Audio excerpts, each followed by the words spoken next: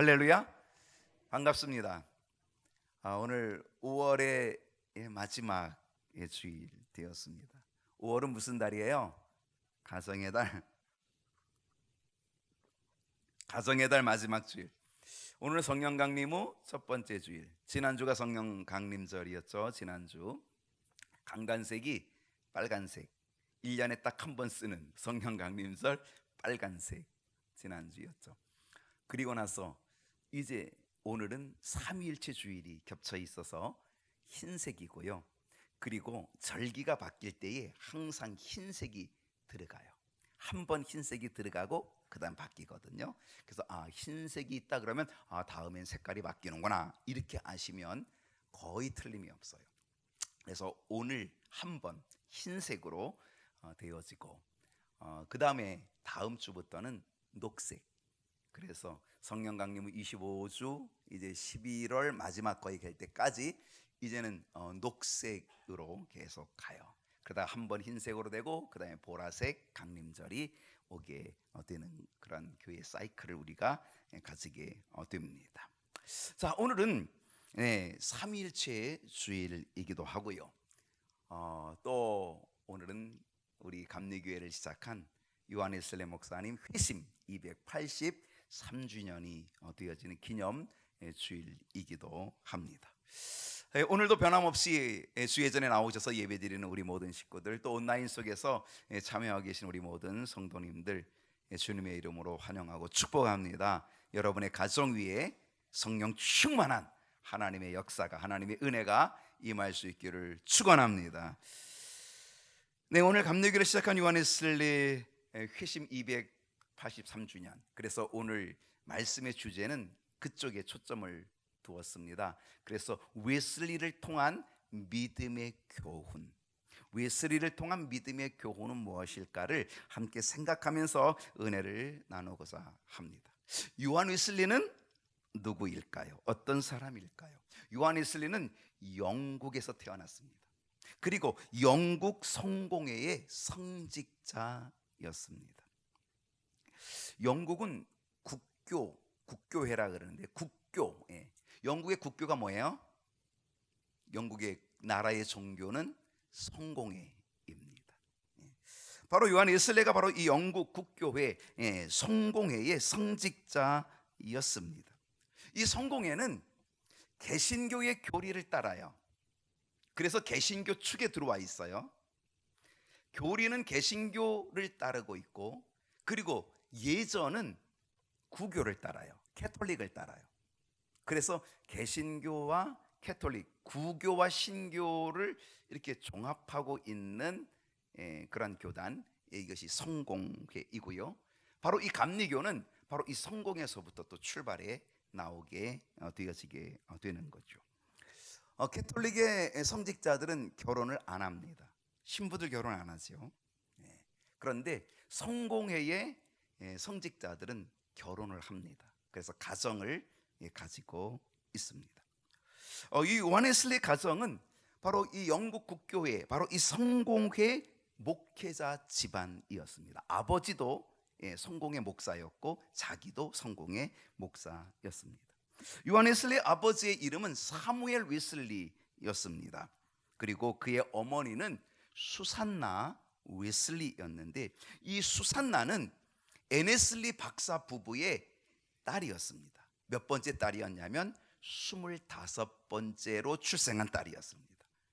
그러니 얼마나 자녀를 많이 낳았는지 아마 이 수산나 웨슬리, 그러니까 웨슬리 어머니 이 수산나의 엄마는 아마 30년, 35년 동안 아마 뱃속에 계속 아이를 가지고 있었을 겁니다. 왜냐하면 25번째 딸, 그게 웨슬리 어머니였고요.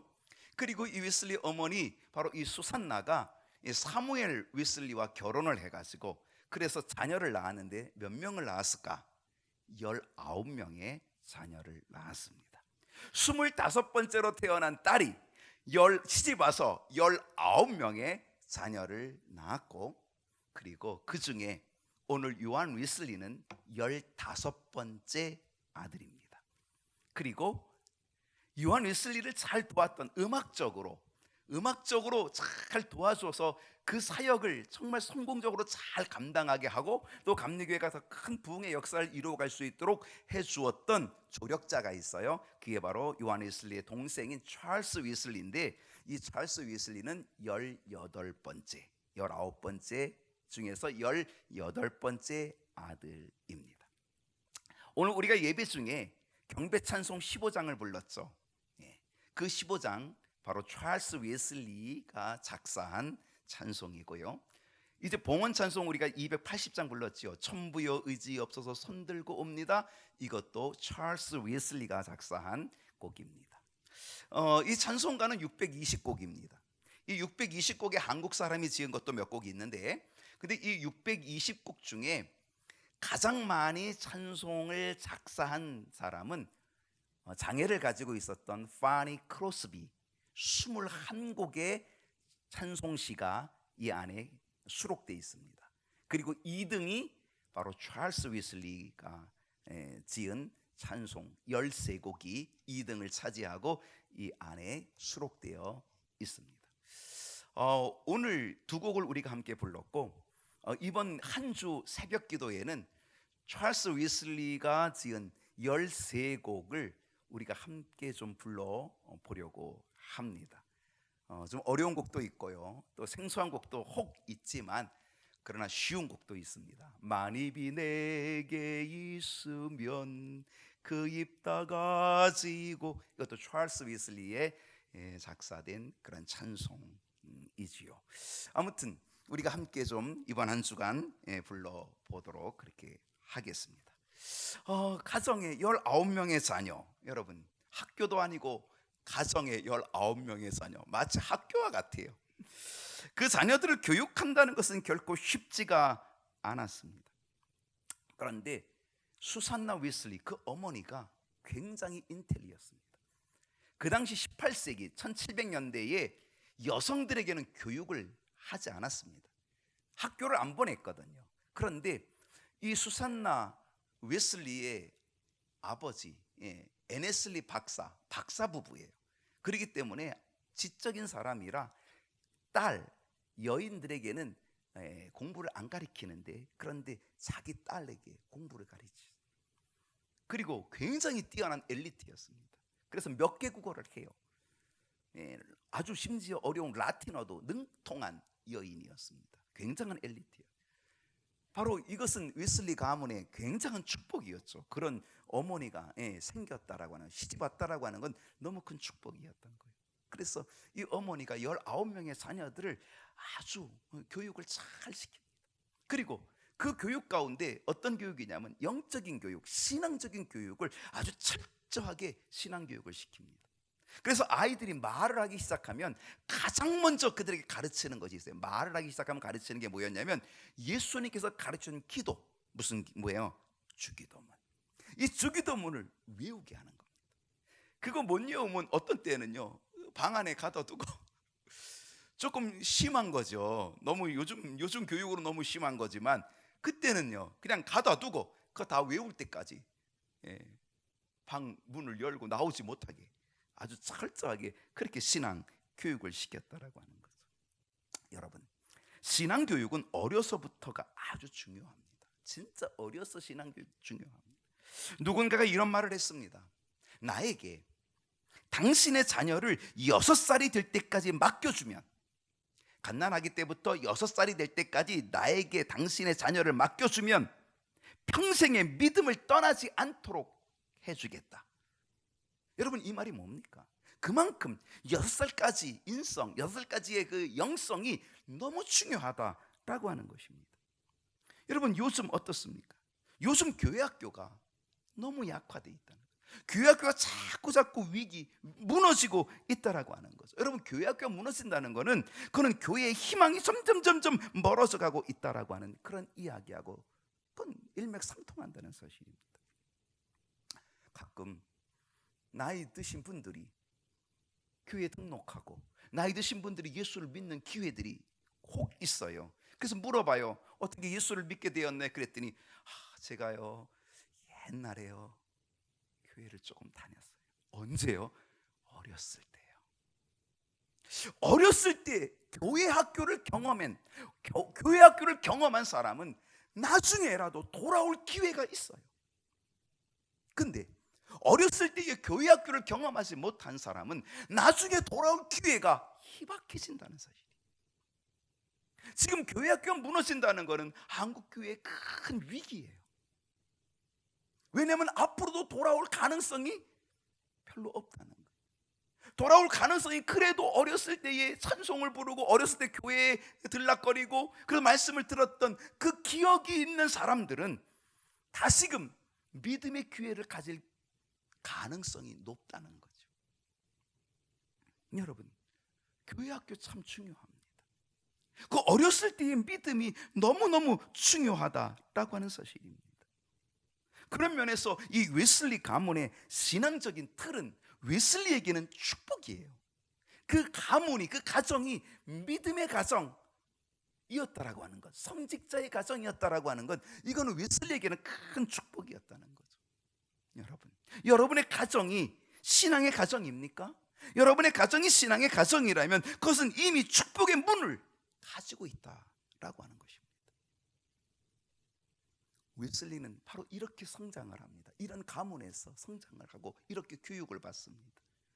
웨슬리가 한 6살쯤 되었을 때에 그는 아주 큰 체험을 합니다.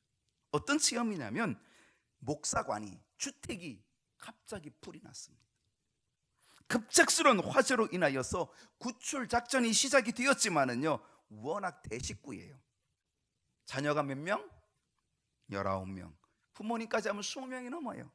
아마 이름을 부르기도 헷갈릴 정도로, 그 이름을 어떻게 다 불렀을까 사실 좀 헷갈릴 것 같아요. 아무리 자기 자식이라도 19명이면 얼마나 헷갈리겠어요. 그러니 여러분, 그 화재의 그 당황 속에서 그 아이들을 다 챙긴다는 게 얼마나 어려운 일이에요. 그러니까 누가 구출했는지 누가 구출 안 됐는지 이걸 알 수가 없는 거예요. 그래서 다 구출되었다고 생각을 하고 다 점검을 했는데 한 사람이 없어요. 한 사람이 없는데 누구였을까요? 그게 요한 웨슬리였어요. 이 요한 웨슬리가 2층에서 그 쪽문을 열고 창문을 열고, 그리고 거기에서 지금 밖을 내다보고 있는 거예요. 구출해 달라고 밖을 내다보고 있는 거예요. 근데 뒤에서부터 이미 막 그냥 화염이 막 뿜고 지금 막 달려오고 있는 거죠. 누군가가 집으로 들어가기에는 너무나 늦은 상황이에요. 들어갈 수 없는 상황. 그래서 어떻게 했어요? 밖에 있는 사람들이 무등을 타고, 사람에게 무등을 타고 또 무등을 타고, 그래서 인간 사다리를 만들어 가지고, 그래서 요한 웨슬리 2층에 있는 요한 웨슬리를, 6살짜리 요한 웨슬리를 딱 끄집어내자마자 지붕이 무너져 내렸어요. 요한 웨슬리는 죽음에서 건짐받은 그 체험, 6살이니까 기억이 나는 거죠. 그건 독특한 사건이니까 기억이 나는 거죠. 그래서 그가 나중에 훗날 뭐라고 이야기하냐면, 자기 자신은 불 속에서 건져낸 타다 남은 나무 조각, 나는 불 속에서 건짐받은 타다 남은 불쏘시개다 라고 하면서 하나님께서 나를 건져주시고 구원해 주셨다라고 하는 그 은혜를 감사하죠. 어머니는 달라요. 어머니는 달라요. 이 수산나 웨슬리는 바로 이때 그 죽음에서 건짐받은 이 요한 웨슬리를 주목해 보기 시작했던 거예요. 하나님께서 특별히 쓰실 거라고 하는 확신을 그때 가졌다는 거죠. 이 어머니가 가졌다. 여러분은 어떤 체험을 가지고 계십니까? 여러분이 일생 동안, 아니 어렸을 때부터 일생 동안 여러분은 어떤 체험을 가지고 계십니까? 여러분은 어떤 인생의 사인을 가지고 계십니까? 혹 지금 내가 잊어버리고 있던 하나님의 사인이 있지 않을까요? 내 일생에 하나님의 사인, 하나님께서 주신 체험, 그 특별한 사인과 은혜가 있다면 한번 여러분 그걸 기억해보고 감사하는 기회가 되었으면 좋겠습니다. 어렸을 때의 체험, 특히 영적인 체험은 일생일대의 아주 중요한 포인트가 된다는 거죠. 여러분, 나의 자녀가 어떤 체험을 갖기를 원하십니까? 요한 웨슬리는 바로 어려서 이러한 체험을 가지고 성장했던 거예요. 그리고 요한 웨슬리가 청년 시절이 되었을 때 청년 시절의 요한 웨슬리의 삶을 한마디로 규정한다면 규칙적인 삶이었습니다. 그는 영국의 명문 옥스퍼드 대학에서 성경 공부 모임을 주도했습니다. 일명 홀리클럽, 신성구락부라고 하는 홀리클럽. 뭐하는 모임이었냐면 성경 공부하는 모임이었습니다. 성경 공부하는 모임. 그들이 얼마나 열정적으로 성경 공부를 하고 있었던지 주변의 사람들이 그 모임, 그들을 향하여 별명을 지어줬습니다. 그들을 놀리는 별명이었습니다. 뭐라고 놀렸을까요? 저들은 성경벌레야. 성경벌레라고 놀린 거예요. 좀벌레가 천을 좀 먹듯이 저들은 성경을 먹고 사는 성경벌레라고 그들을 놀린 거죠. 성경벌레. 여러분, 성경벌레라고 놀림받는데 나빠요, 좋아요? 놀림받는데 뭐가 좋아요? 근데 다른 게 아니라 성경벌레라 그러면 얼마나 좋아요? 이건 영적인 거잖아요. 여러분, 영적인 별명 참 좋은 것 아니겠어요? 근데 또 하나의 별명이 그들에게 붙여졌어요.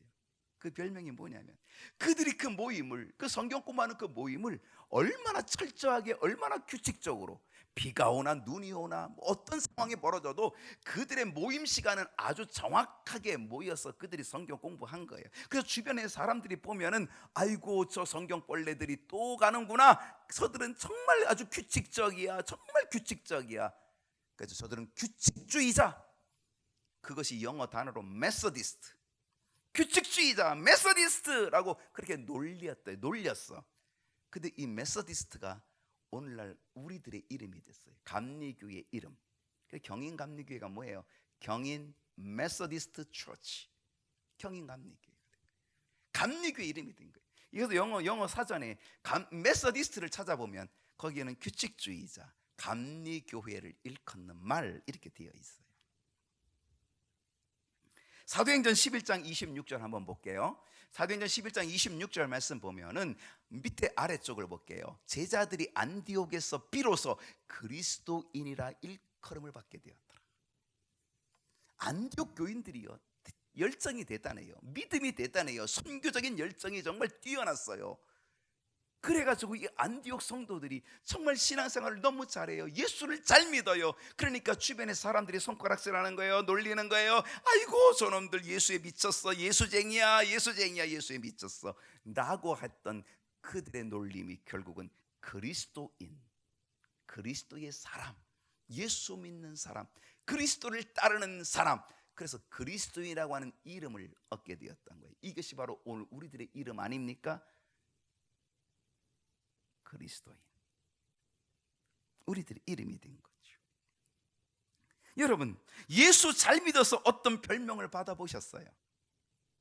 예수 잘 믿어서 별명 받아보면 그거 좋은 거예요. 사실 옛날에요, 믿음 좋은 아이, 믿음 좋은 학생이 있으면 뭐라 그랬는지 아세요? 아유 쟤는 목사야. 그런 소리 해본 적 있어요, 없어요? 들어봤어요, 그죠? 해봤죠? 믿음 좋은 아이 있으면 아유 쟤는 목사야. 이게 나쁜 말이에요, 좋은 말이에요? 나쁜 말이 아니에요. 사실은 진짜 너 믿음이 참 좋다, 너 정말 신앙 좋다 라고 하는 그런 뜻, 그 안에 들어있는 거죠. 여러분, 이 시대에도 영적인 별명을 들을 수 있다면 얼마나 좋을까? 정말 신앙생활 잘해서 영적인 별명을 들을 수 있다면 그건 결코 나쁘지 않을 거예요. 저 사람은 기독군이야, 좋은 거예요. 저 사람은 전도꾼이야, 좋은 거예요. 그런 웨슬리, 사실 웨슬리는요 한 책의 사람이라고 그런 별명을 받아요. 한 책의 사람. 그는 오직 한 책이 어떤 책일까요? 성경이에요. 한 책의 사람. 참 놀라운 거죠. 대단한 거죠. 그런데 이 한 책의 사람이었던 이 웨슬리에게도요 실패의 역사가 있었다는 거예요. 그는 선교사로 미국 땅으로 가요. 대서양을 건너서 배를 타고 미국 땅으로 가요. 그 미국 땅, 그 조지아주 거기에 누구들이 있냐면 바로 인디안 원주민들이 있는 거예요. 바로 그들을 전도하려고, 그들을 구원하려고, 그들에게 복음을 전하기 위하여서, 그래서 배를 타고 대서양을 건너가지고 그 인디안 그들에게 복음을 전하기 위해서 선교사로 가겠디요. 근데 거기에 가서 선교는커녕 아주 대단히 실패해요. 그래서 선교에 실패한 이 요한 웨슬리가 야반 도주하듯 다시 고국으로 돌아오게 되지요. 그는 대서양을 왔다 갔다 하는 거예요. 배를 타고 왔다 갔다 하는 거예요. 여러분, 300년 전에 배가 시원치 않았겠죠. 바다는 어때요? 그때 바다나 지금 바다나 똑같아요. 풍랑과 물결은 지금 바다나 그때 바다나 다 똑같아요. 엄청난 풍랑이 부는 거죠. 그런데 배는 형편없는 거예요. 그 배를 타고 왔다 갔다 하면서 요한 웨슬리가 경험한 것이 있어요. 뭘 경험했을까요? 그건 두려움이었어요. 너무 큰 풍랑이 일어나는데, 너무 큰 폭풍이 일어나는데 견딜 수가 없는 거예요. 목사고 그리고 선교사인데, 그런데 너무 두려운 거예요. 죽음이 너무너무 두려운 거예요. 그래서 정말 죽음을 두려워서 어찌할 바를 알지 못하고 있는데 옆에서 찬송 소리가 들려. 보니까 모라비안 교도들이 옆에서 찬송을 부르는데 그들의 얼굴에는 완전히 평화가 가득해. 깜짝 놀라는 거죠. 나는 지금 이 죽음의 두려움 속에, 이 목사고 선교사가 죽음의 두려움 속에 지금 벌벌 떨고 있는데, 그런데 저들은 저렇게 평화롭게 찬송을 부르고 있어. 그들에게 찾아갔어요. 당신들은 이 풍랑이 두렵지 않소? 그런데 그들이 뭐라 그래요? 하나님이 우리와 함께 하시니 우린 두렵지 않습니다. 그들은 풍랑이 더 크게 치면 더 평화롭게 찬송을 불렀다는 거예요. 웨슬리는 큰 충격이었죠. 그리고 시간이 지나서 풍랑이 잔잔해졌어요. 풍랑은 잔잔해졌는데 요한의 웨슬리의 마음의 풍랑은 더 크게 일어나는 거예요. 풍랑이 잔잔해졌는데 그 마음속에 막 풍랑이 막 더 일어나는 거예요. 그 풍랑이 어떤 풍랑이에요? 갈등과 고민인 거예요. 목사인 내가. 그래서 요한 웨슬리가 외쳐요. 뭐라고 외쳐요? 나는 인디언들을 구원하러 갔다. 그런데 도대체 나를 구원해 줄 자는 누구인가? 사도 바울이 외쳤던 거와 비슷하죠. 오라, 나는 곤고한 사람이로다. 이 사망의 법에서 누가 나를 해방시켜 줄꼬? 요한 웨슬리는요, 설교조차 할 수 없었어요. 그는 그 고뇌가, 그 고통스러움이, 그 두려움의 고통스러움이, 그는 설교할 수 없는 상황이 되었어요. 그래서 그는 그의 친구 피터 벨러에게 이야기합니다.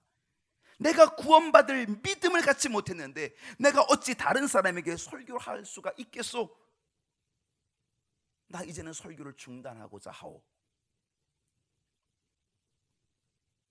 그때 피터 벨러가 요한 웨슬리에게 이렇게 얘기했습니다. 당신이 믿음을 가질 때까지 그 믿음을 전하시오. 당신이 믿음이 생길 때까지 계속 설교하시오. 요한 웨슬리는요, 이 영적인 고뇌와 영적인 갈등, 그리고 이 영적인 고통 속에서도요, 요한 웨슬리가 잃어버리지 않은 한 가지가 있다면 그것은 뭐냐면 규칙적인 생활을 잃어버리지 않았다는 거예요. 제가 언젠가 여러분에게 혹시 기회가 생기게 되면 사실 이 요한 웨슬리에 대한, 요한 웨슬리가 건강 관리를 얼마나 잘했는지 제가 그 비결을 좀 얘기하려고 하는데 기회가 있을지 모르겠어요. 사실은 이 요한 웨슬리가 그 당시 18세기 1700년 1703년생인데 89세의 삶을 살아요. 우리나라 나이로 89세. 그 당시 평균 아마 수명은 50대였을 거예요. 그 당시. 근데 89세의 삶을 살아요. 요한 웨슬리는 말년에 하나님께서 자기의 건강을 주시고 장수의 복을 주신 것에 대해서 하나님께 정말 감사해요.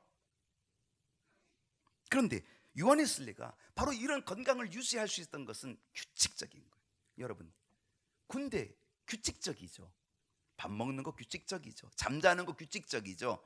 그러니까 자는 것도 규칙적이어야 되고요, 먹는 것도 규칙적이어야 되고요, 운동도 규칙적으로 하면 규칙적인 게 위장병도 낫고요, 건강을 유지하게 해주는 거예요. 불규칙적인 게 그것이 문제거든요.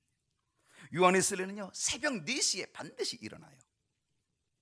그는 60년 이상 새벽 4시에 반드시 일어나고 새벽 5시에 새벽 설교를 해요.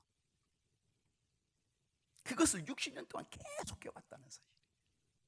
그 규칙적인 것이 요한 웨슬리로의 건강을 유지하게 되었던 거죠. 그러니까 이 요한 웨슬리는 영적인 갈등과 고뇌 속에서도요 새벽 4시에 일어나는 일을 게을리하지 않아요.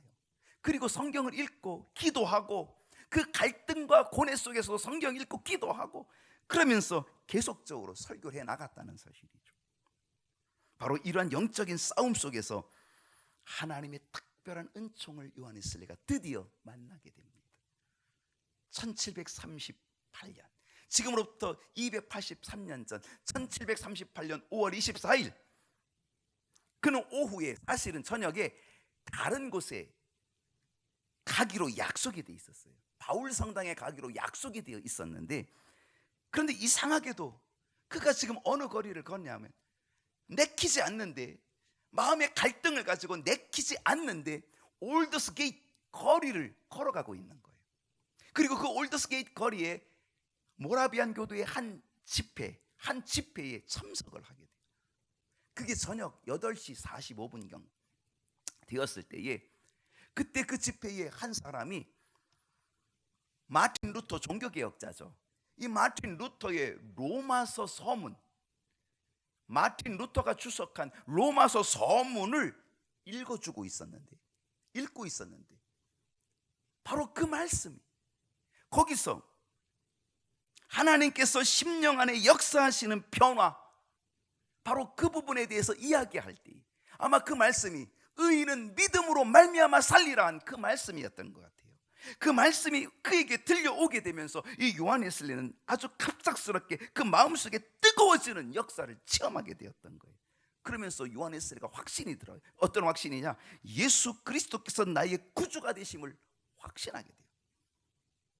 부인할 수 없는 확신, 너무 뜨거운 그 감격이 오게 되었던 거죠. 그 순간은요 말로 표현할 수 없는 영적인 체험이었어요. 그의 몸이 뜨거워지면서 그 말씀이 그의 가슴에 확 박히면서 예수 그리스도가 나의 구주가 되신다는 것, 예수 그리스도가 나의 모든 죄를 다 용서해 주셨다는 그런 확신이 확 들어왔던 거예요.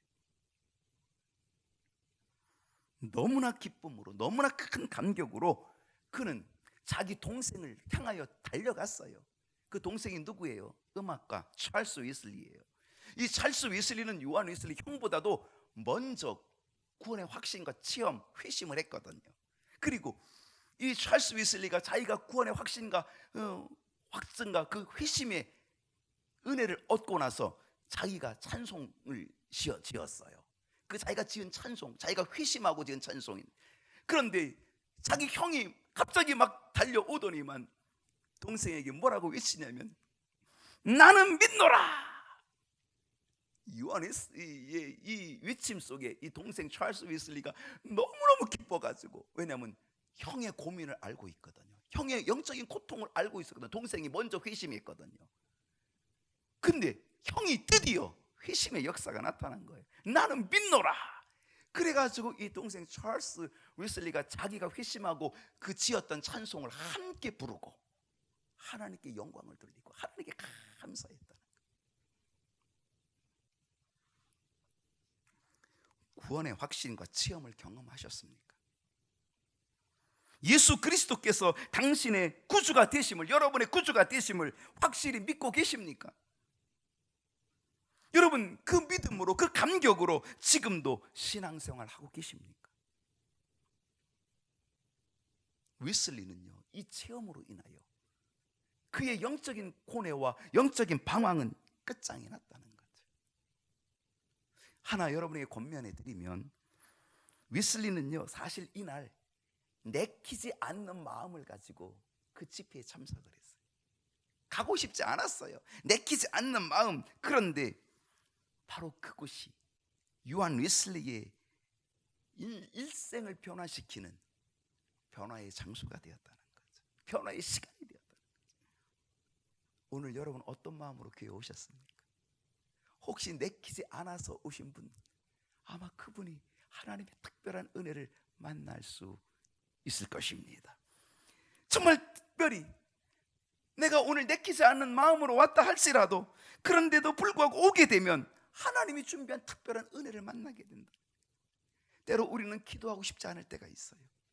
그런데 기도하고 싶지 않을 때, 그때 우리는 그래도 기도하면, 그래도 억지로라도 기도하면 하나님이 그 기도 속에 특별한 은혜를 주실 줄로 믿습니다. 때로 우리는 전도하기 싫지요. 때로 우리는 예배드리기 싫지요. 그럴 때에 정말 억지라도 하면 하나님께서 준비한 특별한 은혜를 누리게 될 줄로 믿습니다. 제가 언젠가 여러분에게 얘기했던 구레네 사람 시몬 있죠. 이 사람이 시골에서 갑자기 올라와 가지고 어리벙벙하게 예루살렘 막 이 소동이 일어나는 것을 구경하고 있다가 보니까 예수님이 십자가를 지고 가는 거예요. 가다가 쓰러지고 가다가 넘어지고, 그러니까 로마 군병이 그렇게 어리버리하고 구경하고 있던 구레네 사람 시몬을 딱 붙들어 가지고 예수님의 십자가를 대신 지고 골고다까지 올라가게 했잖아요. 이 구레네 사람은 아이고, 이 예수님이 십자가, 이 십자가, 이 비참한 십자가를 이거 지고 싶지 않은데, 근데 억지로 걸렸거든요. 그래서 억지로라도 그거를 그냥 지고, 예수님 대신 그거를 지고 골고다까지 가서 갖고 가져갔거든요. 그가 뭐 믿음이 있는 사람이었겠어요? 그가 예수님하고 뭐 가까운 뭐 친척지간이겠어요? 아무 관계가 없어요. 그렇지만 억지로라도 그 십자가를 지고 갔더니 그는 훗날 믿음의 사람이 되고 믿음의 가문이 되고 그의 자녀들이 초대교회의 믿음의 일꾼들이 되었다는 거예요. 기가 막힌 역사지. 오늘 우리는요, 믿음의 삶을 살아갈 때, 우리는 이 영적인 삶을 살아갈 때 억지로라도 하면 유익하게 될 줄로 믿고, 하나님의 특별한 은혜가 임할 줄로 믿고, 사탄이 우리를 못하게 할 때 억지로라도 이기고 승리할 수 있기를 축복합니다. 이 영적인 체험을 한 이 웨슬리는요, 역사에 남는 일꾼이 됩니다. 감리교회, 이걸 시작하게 됐죠. 사실 요한 웨슬리는 감리교회를 만들 생각이 없었어요. 그런데 그냥 그의 다음 사람들을 통하여 계속적으로 이 감리교회가 만들어지게 되었고요. 그 영국에서 시작된 감리교회가 미국에서, 그 미국 감리교회가 엄청난 감리교회죠. 굉장히 큰 규모를 가지고 있죠. 그 미국의 감리교회가 한국으로 들어왔고, 전 세계 감리교 교인들이 어마어마한 수를 가지고 있습니다. 요한 웨슬리에게 있어서는 불가사의한 일들이 있어요. 세 가지가 있습니다. 그 하나는 최다의 설교 횟수입니다. 요한 웨슬리는 일평생 42,500번의 설교를 했습니다. 42,500번, 42,500원이 아니고 42,500번. 별로 요즘은 단위가 세가지고 뭐 별로 실감이 안 나시는구나. 42,500번의 설교는요, 하루에 한 번씩, 제가 한 40년 목회한다 그러면 제가 하루에 한 번씩 설교하고, 매일 설교, 하루 한 번씩 설교하고 40년을 설교하면 14,600번 합니다. 그래서 요한 웨슬리 몇 번 했어요? 42,500번을 했어요. 이 42,500번은요 하루에 3번, 4번 설교해야 40년 동안 해야 할 수 있는 분량입니다. 만약에 하루 한 번씩 설교하면 116년하고 4개월을 해야 채울 수 있는 숫자가, 100년이 넘도록 해야, 매일매일 해야 채울 수 있는 게 42,500번의 설교입니다. 대단한 거죠. 그는요 200여 권의 책을 저술했습니다. 아무 일도 하지 않고 책만 저술해도요 일평생 200권 이상 책을 쓸 사람이 누가 있겠어요? 근데 요한 웨슬리는 200권 이상의 책을 썼다는 거예요. 요한 웨슬리는요 지구 12바퀴, 지구 한 바퀴가 얼마나 커요? 근데 지구를 12바퀴를 말을 타고 전도하면서 걸어간 거리가 지구 12바퀴를 돌았다는 거예요. 한 바퀴 돌기도 어렵겠지요. 근데 전도를 위해서 말을 타고 전도하러 다니는 그 거리가 지구를 12바퀴 도는 거리를 돌았다는 거예요. 아무것도 안 하고 걸어도 지구 12바퀴 걷기 쉽지 않을 거예요. 이 모든 것이 바로 올드스게이트, 정말로 가기 싫은 곳, 그런데 거기에 억지로도 갔더니 하나님의 특별한 은혜, 회심의 역사가 나타나게 되었고, 바로 그 뜨거워진 그 심령이 바로 하나님의 은혜와 능력으로 요한웨슬리를 이렇게 큰 일꾼이 되게끔 만들어 주셨다는 거예요. 한 역사가가 요한웨슬리를 평가합니다. 프랑스는 피의 혁명이 일어난 반면에 18세기 타락한 영국에 피의 혁명이 일어나지 않았던 것은 바로 이 요한웨슬리가 전한 복음, 요한웨슬리가 그 영국 전국을 돌아다니면서, 말을 타고 돌아다니면서 복음을 전한 그 복음의 능력이 사람들을 변화시켜 가지고 사회가 변화되어서 영국은 피의 혁명을 모면했다, 피했다, 그렇게 한 역사가가 기록하고 있습니다. 이것이 복음의 능력 아니겠습니까? 지난주에 제가 리빙스턴 얘기했지만은요, 이 리빙스턴이 아프리카 그 원주민들, 흑인들, 원주민들, 그들에게 마취도 하지 않고 그들 칼로 그들의 살을 5cm 이상 째도 그들은 꿈쩍도 안 했다는 거예요. 그런데 그들에게 말씀을 전하고 복음을 전하면 그들은 울었다는 거예요.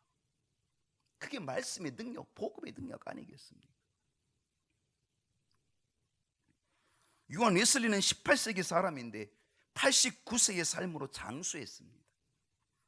그는 죽는 순간에 작별 인사를 합니다. Farewell. 보통 외국 사람들이요, 같이 만났다가 집으로 각각 헤어져 나갈 때에 안녕, 또 봐, Farewell, 이렇게 인사하거든요.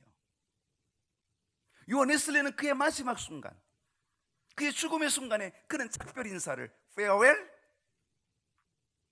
마치 그냥 헤어질 때 또 보자, 안녕, 오늘 안녕, 마치 그렇게 인사하듯이 Farewell, 그렇게 인사를 하고 그는 가장 거룩한 주님의 집으로 들어갔습니다. 그의 장례는 7일장으로 치러집니다. 그의 비문에는 3가지가 기록이 되어 있는데, 하나는 세계는 나의 교구다. 왜 그랬을까요?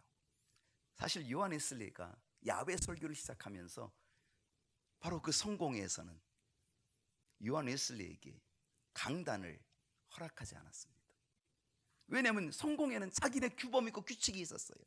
설교를 어디서 아무 데서나 해, 설교는 딱 예배당에서 정해진 곳에서 해야지, 이렇게 딱 규범을 가지고 있었거든요. 근데 요한웨슬리는 그게 아니잖아요. 그래가지고 야외 설교를 사실은 시작했는데, 고민 중에 시작을 했는데, 그런데 성공회가 그를 설교하지 못하게 막아요. 그래서 그는 야외 설교자가 되면서 어떻게 됩니까? 세계는 나의 교구다, 세계는 나의 선교지다, 세계는 나의 일터다, 그렇게 외치면서 이제는 바깥으로 더 크게 나가는 거죠. 두 번째, 그 비문에 이렇게 써 있습니다. 이 세상에서 가장 좋은 것은 하나님이 나와 함께 하십니다.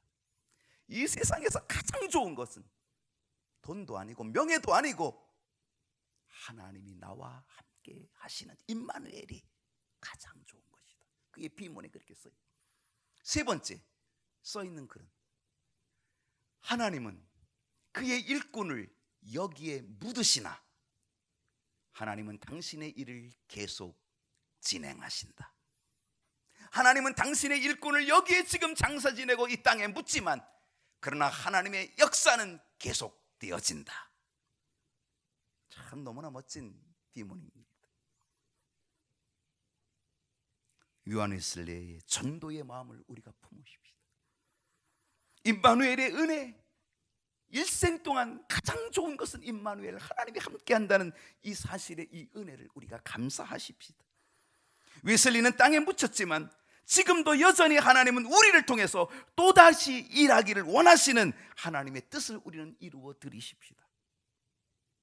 가정의 달, 믿음의 유산을 우리의 언어로, 우리의 말로 남길 뿐 아니라 비문으로 남겼어. 복된 믿음의 유산을 이어나가는 우리 모든 복된 가정 될 수 있기를 주님의 이름으로 축복합니다. 기도하겠습니다.